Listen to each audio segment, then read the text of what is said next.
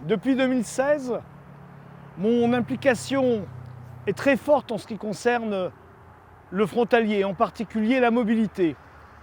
J'ai été un des premiers qui ont fait la promotion du télétravail dès 2016 et je suis d'ailleurs devant un bâtiment qui concrétise cette volonté de développer le télétravail, qui répond en fait à de multiples interrogations et en particulier qui peut répondre en partie à la mobilité.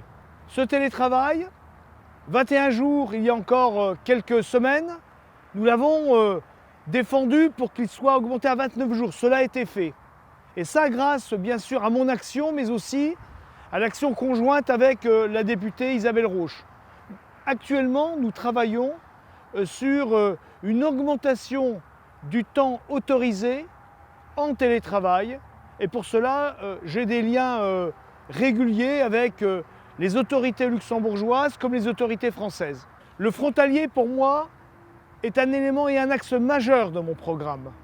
En effet, je veux que Thionville, qui résolument est tournée et au cœur de l'Europe, puisse bénéficier de l'ensemble en fait de ces avantages. J'ai eu recours au télétravail de façon massive pendant la crise du Covid. Puisque 100% de ma société est passée en télétravail.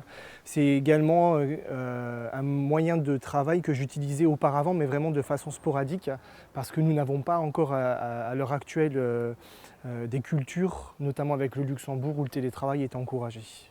Avant la crise sanitaire, beaucoup d'employeurs semblaient réticents à mettre en place des procédures de télétravail en laissant 1 à 2 jours par semaine leurs employés être chez eux depuis leur maison à travailler depuis leur ordinateur. Ils avaient peur pour différentes raisons, un manque de productivité ou au niveau de la sécurité et la fiabilité des serveurs informatiques.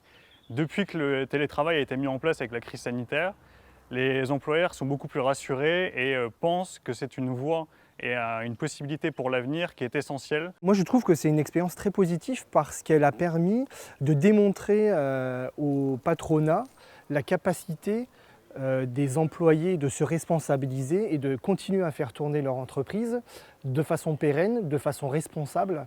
Et chez nous, notamment dans ma société, on n'a pas vu aucun manquement de professionnalisme et les gens se sont vraiment responsabilisés. La masse de travail forcément a été redistribuée différemment, mais avec 100% de ma société de 50 000 employés qui est passé en télétravail, on a pu prouver qu'on pouvait passer les barrières physiques et arriver à faire un travail de qualité néanmoins. Ici, nous sommes près de la gare, l'endroit qui symbolise peut-être le mieux les problèmes de mobilité auxquels je me suis attaché.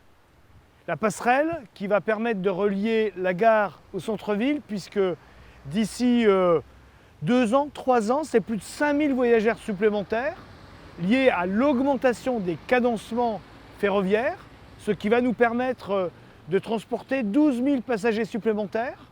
Je vais tous les jours, 5 fois par semaine au Grand-Duché et j'ai utilisé tous les moyens de transport possibles et inimaginables pour y aller.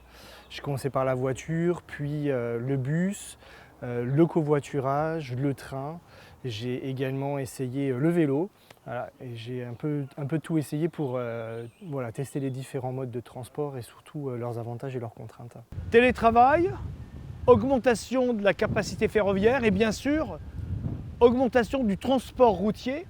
Et donc, nous avons construit un parking P+R, cofinancé d'ailleurs avec l'État luxembourgeois.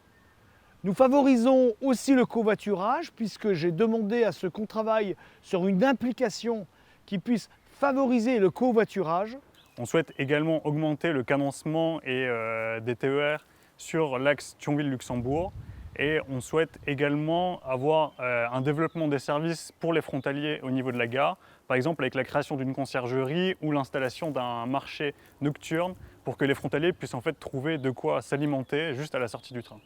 Depuis 5 ans, les choses ont énormément évolué dans la relation en ce qui concerne les frontaliers. Depuis 5 ans, je me bats. Auparavant, Anne Gromersch se battait.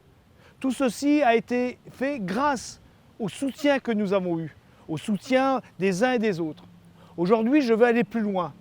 Et donc, je compte sur vous pour aller encore plus loin. Vive Thionville!